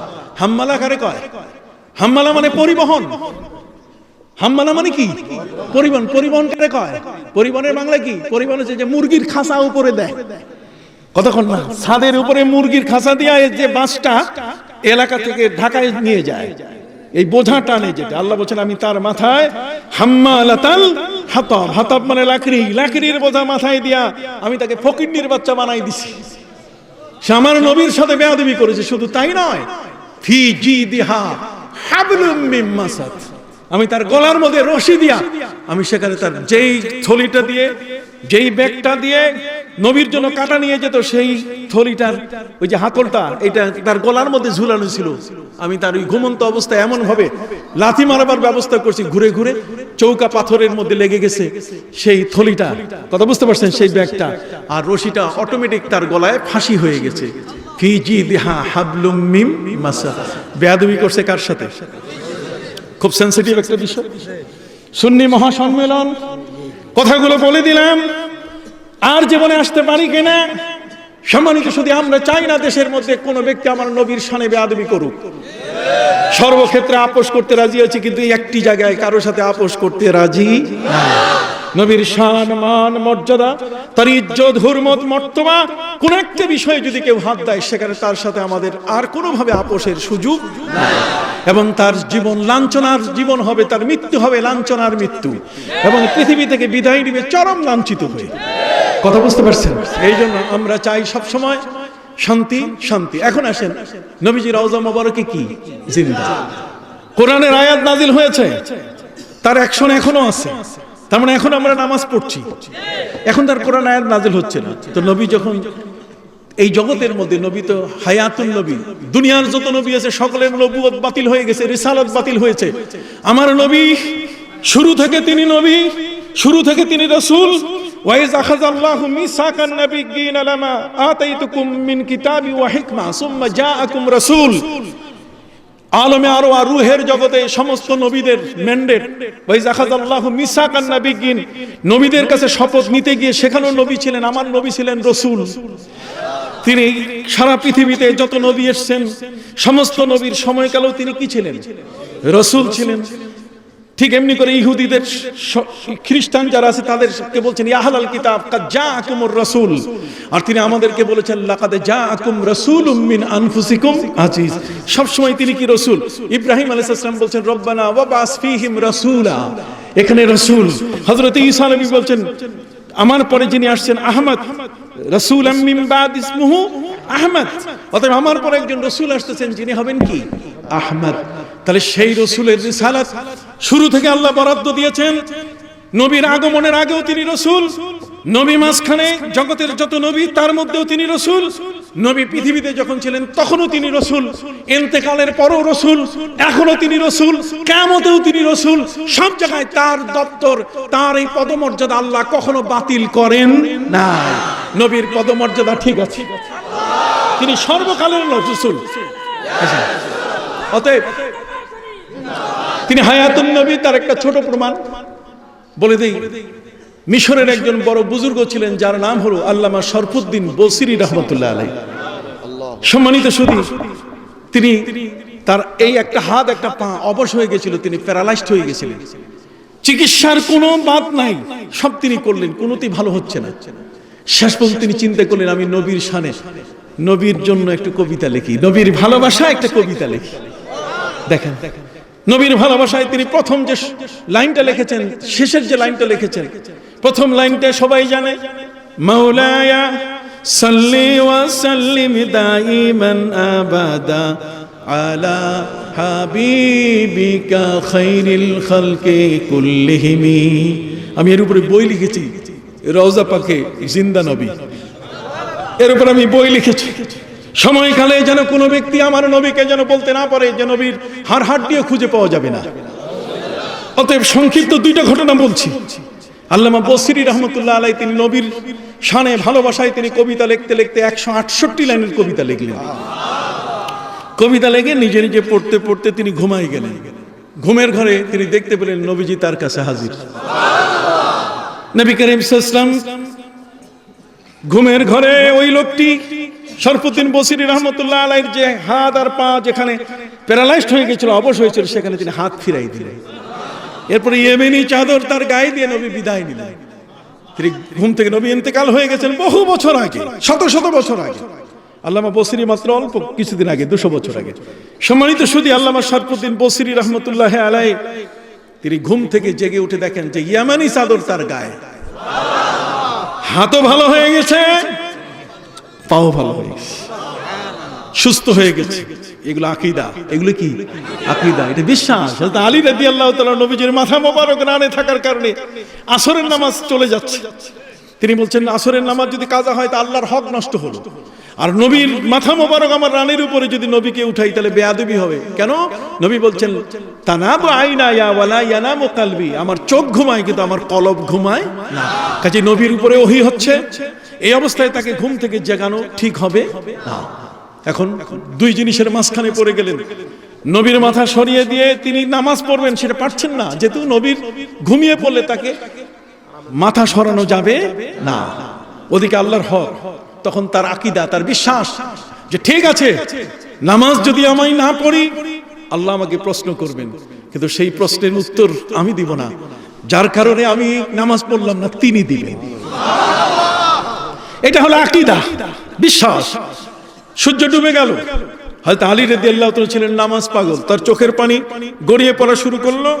নবীজির কপাল মোবারকে, গাল মোবারকে যখন পড়ছে, নবী করিম সাল্লাল্লাহু আলাইহি ওয়াসাল্লামের চোখ খুলে গেছে। তিনি জিজ্ঞেস করলেন, ইয়া আলী ও মা ইউবকিকা, আলী কে তোমাকে কাঁদালো, কেন কাঁদছো? কয় হুজুর আমি তো আসর পড়তে পারি নাই, আপনি ঘুমিয়ে থাকলে ঘুমন্ত নবীকে ডাকা যায় না, এই জন্য আমি তো আপনাকে ডাকি নাই, কিন্তু আমার বিশ্বাস যদি আমি এখানে আল্লাহর হক আদায় করি নাই, কিন্তু নবী আপনি তো আছেন, আপনি সুপারিশ করে দিলে আর আমার চিন্তা নাই।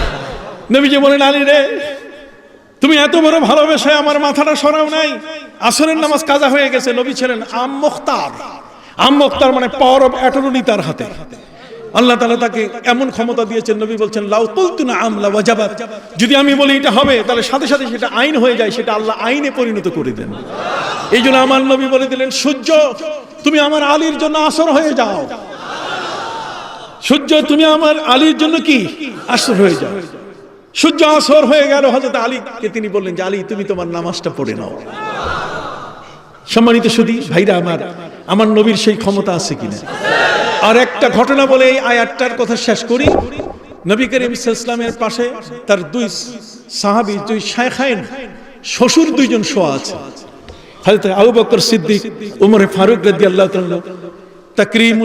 তাযীমুশ শায়খাইন তাকরীমুল খাতানাইন মিনাল ঈমান। নবীর দুইজন শ্বশুর এবং দুইজন জামাইকে সমানভাবে সম্মান করতে হবে। সম্মানের ত্রুটি হলে ঈমান নষ্ট হয়ে যাবে। এই জন্য যারা হযরত আলীকে মদের সম্পর্কে বাড়াবাড়ি করছেন তাদের ঈমান নিয়ে আমার সংশয়। কতক্ষণ না, তাদের ঈমান নিয়ে কি আমার সংশয়।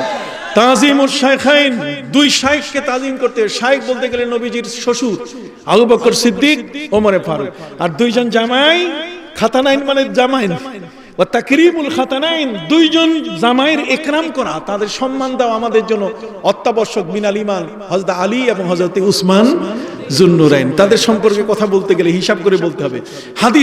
হাদিস বিবৃতিমূলক থাকবে, হাদিস ইতিহাসের পাতায় থাকবে, তবে সুন্নাহ আমলে আসবে। সুন্নাহ হচ্ছে আমাদের আমল, আর হাদিস হচ্ছে বিবৃতি। কতক্ষণ না, এটা কিতাবে থাকবে কিন্তু এটার বাস্তবতা নাই। এক সময় সাহাবায়ে কেরাম মদ পান করেছেন, পরে যখন আয়াত নাযিল হয়েছে তিনবার আস্তে আস্তে মদ ছেড়ে দিয়েছেন। ওইগুলো হাদিস, ওগুলো আমরা পড়বো, তবে ওগুলো আমরা আমল করব না। কি বলেন ঠিক না? আমল করব, নিষেধাজ্ঞা যেগুলোর উপর আসছে এটার উপর আমরা কি করব? আমল করব। অতএব সম্মানিত সুধী ভাইরা আমার, নবীজির দুইজন শ্বশুর পাশে শোয়া, হযরত আবু বকর সিদ্দিক, উমর ফারুক। শিয়া যারা, গত 2 মাস আগে শিয়ারা, তারা সিরিয়ায় হযরত উমর ইবনে আব্দুল আজিজ রাদিয়াল্লাহু তাআলা আনহু, যিনি ছিলেন বনু উমাইয়ার এমন একজন প্রথম খলিফা যাকে দ্বিতীয় উমর বলা হয়, তিনি যেদিন থেকে ক্ষমতা নিয়েছেন, যেদিন ছেড়েছেন, এই দিন পর্যন্ত তার স্ত্রীর পাশে যাওয়ার তিনি সুযোগ পান নাই। দ্বিতীয় উমর, যিনি হাদিসগুলো সংগ্রহ করেছেন, এই হাদিসের যত ভান্ডার এই সব এসেছে তার মাধ্যমে। সেই উমর ইবনে আব্দুল আজিজ রাদিয়াল্লাহু তাআলা আনহু, তার কবরকে তারা ভেঙে ফেলেছে, তার স্ত্রীর কবর ভেঙে ফেলেছে এই শিয়ারা মদিনার গভর্নরকে গিয়ে বলল যে আমরা একটা কাজ করব, যত টাকা লাগে আপনাকে আমরা দেব, একটা সুযোগ করে দিবেন যে আবু বকর এবং হযরত উমরের লাশ বের করে আমরা আগুনে পুড়ায় ফেলব। এই ঘটনা বর্ণনা করছেন যিনি নবী করিম সাল্লাল্লাহু আলাইহি ওয়াসাল্লামের 40 বছরের মসজিদে নববীর যিনি খাদেম ছিলেন, মুয়াজ্জিন ছিলেন, তার নাম হলো শামসুদ্দিন লামাতি। নাম কি? শামসুদ্দিন লামাতি। আর এই ঘটনাটা বর্ণনা করছেন ইমাম কুরতুবী রাহমাতুল্লাহি আলাইহি তার তাফসীরে কুরতুবীতে। কর্ডোবা ইউনিভার্সিটির এই প্রফেসর যিনি তাফসীরে কুরতুবী লিখেছেন, তিনি বলছেন আমাকে উনি নিজে বলছেন, আমি নিজে কানে শুনেছি এই ঘটনা। নবীর মসজিদের খাদেম, 40 বছরের খাদেম, তিনি বলছেন নবীর মসজিদে কেউ ঘুমায় না। আমাদের দেশে তো একদল মানুষ মসজিদে ঘুমায়, বাড়ি ঘর বানায় ফেলে। সম্মানিত সুধী, নবীর মসজিদে এশার নামাজের পরে দরজা বন্ধ হয়, তাহাজ্জুদের সময় খুলে। শামসুদ্দিন লামাতি তিনি বলছেন যে আমি 40 বছর পর্যন্ত এশার নামাজের পরে নবীর এই মসজিদের দরজা বন্ধ করি, আর কি তাহাজ্জুদের সময় খুলি। আকস্মিকভাবে আমাকে গভর্নর ডেকে বললেন যে আজকের রাত 1টার সময় যদি কেউ নক করে দরজা খুলে দিবেন, 1 নম্বর গেট বাবুস সালাম। উনি বলছেন না, আমি এটা খুলবো না। আমি 40 বছর ধরে এশার নামাজের পরে নবীর মসজিদের দরজা বন্ধ করি, তাহাজ্জুদের সময় খুলি, আমি 1টার সময় খুলবো না। কয় না, তোমাকে খুলতে হবে, নাহলে তোমাকে আমি শেষ করব। ওনাকে বাধ্য করা হলো। উনি বলছেন ঠিক আছে, জিন্দা নবী, রওজা মোবারক, আমি কতটুকু পারি, নবী তো এখানে আছেন, শাহে মদিনা তো এখানে আছেন, আর শাহে মদিনার পাহারাদার কে? আল্লাহ। কতক্ষণ 2টা দোয়া কবুল হয় না। একটা হচ্ছে নবীকে আল্লাহ শহীদ হতে দেন নাই, যেহেতু নবীর পাহারাদার তিনি নিজে। আরেকটা হলো নবীজি বলছেন আমার উম্মত যেন ঝগড়া না করে। আল্লাহ বলেন ঝগড়া করুক, দেখি কি বাইর হয়। কথা বুঝছেন? এই জন্য কিছু ঝগড়া চলে। বুঝতে পারছেন কথার? এই দোয়াটা কবুল হয়নি। যা হোক, শামসুদ্দিন লামাতি তিনি বলছেন রাত 1টার সময় এসে নক করলো। আমি দরজা খুলে দেওয়ার সাথে সাথে দেখলাম 40 জন ব্যক্তি হাতে শাবল, কুড়াল, কোদাল এবং ঝুড়ি, মাটি টানার ঝুড়ি, এগুলো নিয়ে হুড়হুড় করে ঢুকতেছে। আমি বাধা দিলাম। ওরা আমাকে বেদম প্রহার করলো। তার শিয়ারা হযরতে আলী, হযরতে আবু বকর সিদ্দিক, উমরকে তারা কখনো সম্মান দেয় না। যখন 10ই মুহররম আসে তখন 2টা বলদ গরু কিনে একটার উপরে লাল শালু কাপড় দেয়, লেখে আবু বকর সিদ্দিক, আরেকটার উপরে লাল শালু কাপড় দিয়ে উমর লেখে, তারা দিয়ে ঝাড়ু দিয়ে পিটায়। কারণ তারা বলে যে হযরতে আবু বকর সিদ্দিক হযরতে ফাতেমাকে নবীর জমিনের অংশ দেয় নাই। মিথ্যা কথা। নবীজি বলছেন আলা ওয়া ইন্না আম্বিয়া আল্লাহি লাম ইওয়ারিসু দিনারা ওয়ালা দিরহামা। জগতে যত নবী এসেছেন, কোন নবীকে আল্লাহ কোন সম্পদের মালিক বানান নাই। ওয়ালাকি ওয়ারাসুল ইলমা, তারা জ্ঞানের ওয়ারিস বানিয়েছেন, কিন্তু সম্পদের ওয়ারিস বানান নাই। হযরতে ফাতেমা চলে গেছেন, তিনি বলছেন তাহলে আমি নেব না। এই শিয়ারা বানিয়ে হযরত আবু বকর, উমরকে তারা বেইজ্জতি করে। এখন তারা সিদ্ধান্ত নিয়েছে এই 40 জন নবী রওজার পাশে আবু বকর সিদ্দিক, উমরে ফারুকের লাশ বের করে তারা আগুনে পোড়াবে। শামসুদ্দিন লামাতি তিনি বলছেন আজকে আমি দেখব যে জিন্দা নবীর ক্ষমতা কত বড়। তাই আমি নবীর মেহরাব, ভাইরা আমার, নবীর মেহরাব শরীফ, সেই মেহরাব শরীফ যেখানে জুমার খুতবা নবী দিতেন, ওই মেহরাব আজান খানার পাশে, ওই মেহরাবের পাশে গিয়ে আমি কোনো মতেই মাইট খাইয়া, আঘাত খাইয়া, ওদের আঘাত খেয়ে, বেতের আঘাত খেয়ে আমি কোনো মতে সেখানে আশ্রয় নিয়ে আমি দেখে আছি কি হচ্ছে। ওরা তো দৌড়ে আসতেছে, আমি তো তার আগেই দৌড় দিয়েছি। আমি দেখলাম যখনই নবীর মেম্বার বরাবর আসছে, রওজা মোবারক পর্যন্ত যাবে, ঠিক ওই মুহূর্তে ওরা দৌড়িয়ে আসতেছে, খুব জোরে সুযোগ পেয়ে গেছে, যেহেতু কেউ তাদেরকে ঠেকাবার নাই, দরজা খোলা পেয়ে গেছে, আর গভর্নর অনুমতি দিয়েছে। অতএব শামসুদ্দিন লামাতি বলছেন আমি দেখে আছি, যখনই মিম্বার শরীফ বরাবর আসছে তখনই মাটি ফাঁক হয়ে গেল এবং আমার চোখের সামনে জীবন্ত এই 40টি মানুষের কবর হয়ে গেল। একে দেখার সাথে সাথে কবর হয়ে গেল। সুবহানাল্লাহ।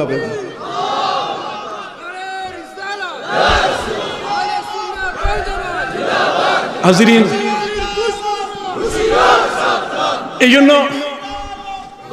এই জন্য আমি আপনাদের খেদমতে বলতে চাই, খবরদার, নবীর ক্ষেত্রে কারোর সাথে কি নাই, আপোষ নাই।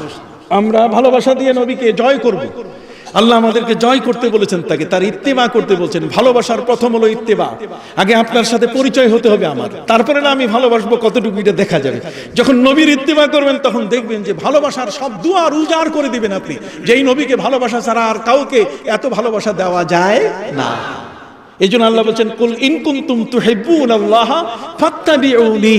কথা বলেন না, ফাত্তাবিউনি। আগে আমাকে মানো, আমাকে চিনো, আমার কাছে আসো, তারপর দেখো মহব্বতের ভালোবাসা কাকে বলে। তখন আমার পেশাব পান করতেও তোমার দ্বিধা হবে না, তখন দেখা যাবে যে আমার জন্য জীবন দিতেও তোমার আর কষ্ট হবে না, তখন ভালোবাসার আগুন জ্বলে উঠবে। সুবহানাল্লাহ বলেন। এই জন্য আমি আপনাদের খেদমতে আরজ করব, ওয়ালাউ আন্নাহুম ইযলামু আনফুসাহুম, কোথায়? লা তাশুদ্দুর রিহাল ইল্লা ইলা সালাসাতি মাসাজিদা, তিনটা মসজিদ ছাড়া আর কোথাও যাওয়া যাবে না, জিয়ারতে যাওয়া যাবে না। এই হাদিসের সাথে নবীর রওজা জিয়ারতের কোনো সম্পর্ক নাই, অথচ সেই হাদিস দিয়ে আপনাদেরকে জিয়ারত ঠেকাচ্ছে। কথা বুঝতে পারছেন? আর কোরআনে আল্লাহ বলছেন ওয়ালাউ আন্নাহুম ইযলামু আনফুসাহুম, যখন হে নবী আপনার কোন উম্মত নিজের উপরে জুলুম করবে, অত্যাচার করবে, সীমা লঙ্ঘন করবে, জাউকা আপনার কাছে যদি আসে, এরপরে যদি ফাস্তাগফিরুল্লাহ, যদি ক্ষমা চায়, ওয়াস্তাগফার লাহুমুর রাসূল, আর নবী আপনি যদি সুপারিশ করে দেন, লাওয়াজাদুল্লাহ তাওয়াবার রাহিমা, তারা অবশ্যই তারা আল্লাহকে তওবা গ্রহণকারী এবং রহম দিল পাবেন। কোন সুবহানাল্লাহ। কাজী নবীর রওজায় আমরা যাই সেখানে মাফের জন্য, আর মসজিদে নববীতে যাই লাভের জন্য। মসজিদে নববীতে নামাজ পড়লে এক নামাজে কত? 50,000 নামাজের সওয়াব, এটা লাভ। আর নবীর রওজায় গেলে পাই কি? মাপ। তো লাভ দরকার না মাপ দরকার? হাত উঠান তো। লাভ দরকার না মাপ দরকার? জোরে বলেন, লাভ দরকার না মাপ দরকার? আমরা মাফের জন্য যাই, আমরা লাভের জন্য না। লাভ আসবে আমাদের সাথে, লাভ আমরা এমনি নিয়ে নিব, কিন্তু মাফটাই হলো আমাদের কি উদ্দেশ্য। আল্লাহ তাআলা আমাদেরকে কবুল করুন, সকল বলুন আমিন। এই প্যান্ডামিক সিচুয়েশনে আমি আপনাদের কাছে দোয়া চাই। আমার একটি মেয়ে নাতনি, ওরা আমেরিকায়, প্রতিদিন 2 থেকে 3 হাজার মানুষ সেখানে মারা যাচ্ছে। সম্মানিত সুধী, খুব ঝুঁকিপূর্ণ জায়গায়। আমি আশা করি আল্লাহ পাক রব্বুল আলামিন সবাইকে এই প্যান্ডামিক সিচুয়েশনে, এই বৈশ্বিক মহামারীর হাত থেকে আল্লাহ আমাদেরকে মুক্তি দিয়ে দিবেন। জাহারাল ফাসাদু ফিল বাররি ওয়াল বাহরি বিমা কাসাবাত আইদিন নাস। পবিত্র কোরআনের মধ্যে আল্লাহ বলে দিয়েছেন, আওয়ালা ইয়ারাউনা আন্নাহুম ইফতানুনা ফি কুল্লি আমিন মাররাতান আও মাররাতাইন ওয়া হুম লা ইয়াতুবুন, লা ইয়াতুবুন। আল্লাহ বলেন প্রতি বছর আল্লাহ 2 বার, কখনো 1 বার, কখনো 2 বার ঝাঁকুনি দেন। আর 100 বছরের পরে পৃথিবীতে তো একজন মুজাদ্দিদ আসে। ইন্নাল্লাহা বাআসা আলা কুল্লি রাসে মিয়াতিন মান ইউজাদ্দিদু লাহা দীনাহা। প্রতি 100 বছরের পরে একজন মুজাদ্দিদ আছে। কারণ যেহেতু পৃথিবীর স্বাভাবিক অবস্থা ভেঙে যায়, মানুষ গুনাহের কাজ করে, অপরাধ, এত বড় খারাপ প্যান্ডামিক সিচুয়েশন, তারপরেও কিন্তু ধর্ষণ বন্ধ হচ্ছে না, চুরি বন্ধ হচ্ছে না, প্রণোদনা আত্মসাৎ করা বন্ধ হচ্ছে না। মাননীয় প্রধানমন্ত্রী তিনি তো দিয়ে যাচ্ছেন, একা মানুষ দিয়ে যাচ্ছেন, কিন্তু চোর এত বেশি যে যারা এগুলো শেষ করে ফেলতেছে। কি বলেন, ঠিক কিনা? আমি মাননীয় প্রধানমন্ত্রীর জন্য দোয়া চাই। 560টি মডেল মসজিদ দিচ্ছেন, যা পৃথিবীর কোনো রাষ্ট্রপ্রধান কখনো কোনো দেশে দেয় নাই। কথা কি বুঝতে পারছেন? আমাকে আজকে ইসলামিক ফাউন্ডেশনের গভর্নর নিযুক্ত করেছেন, আমি যেন প্রশস্তভাবে সারা দেশে যেন ইসলামের খেদমত করতে পারি। দ্বন্দ্বগুলো যেন কমিয়ে কাছে এনে আমি যেন সবাইকে একসাথে বসিয়ে যেন একটা সঠিক সমাধানের পথ খুলে দিতে পারি। আমরা কখনো কঠিন অবস্থায় যাব না। আল্লাহ আমাদেরকে কবুল করুন। একটি প্রশ্ন করা হয়েছে, দরুদে ইব্রাহিম পড়ার বিধানকে জানালে খুশি হব। দরুদে ইব্রাহিম নামাজের দরুদ, এটা নামাজের বাইরের দরুদ না। দোয়া কুনুত, এটা বেতেরের কুনুত। কি বলেন, ঠিক না? এটা বাইরে না। রফে এদেনের বিধান সম্পর্কে জানালে খুশি হব না। রফে এদেন দেখে নবী করিম সাল্লাল্লাহু আলাইহি ওয়াসাল্লাম গোসা হয়ে গেছিলেন। তিনি গোসা হয়ে গেছিলেন। তিনি বলছেন, মালি আরাকুম খাইলা সমসিন, কি হয়ে গেল তোমরা যে ঘোড়ার লেজ যেমন উপরে উঠে, তোমরা এরকম হাত এরকম উপরে উঠাচ্ছ, কারণটা কি? নবী গোসা হয়ে গেছিলেন।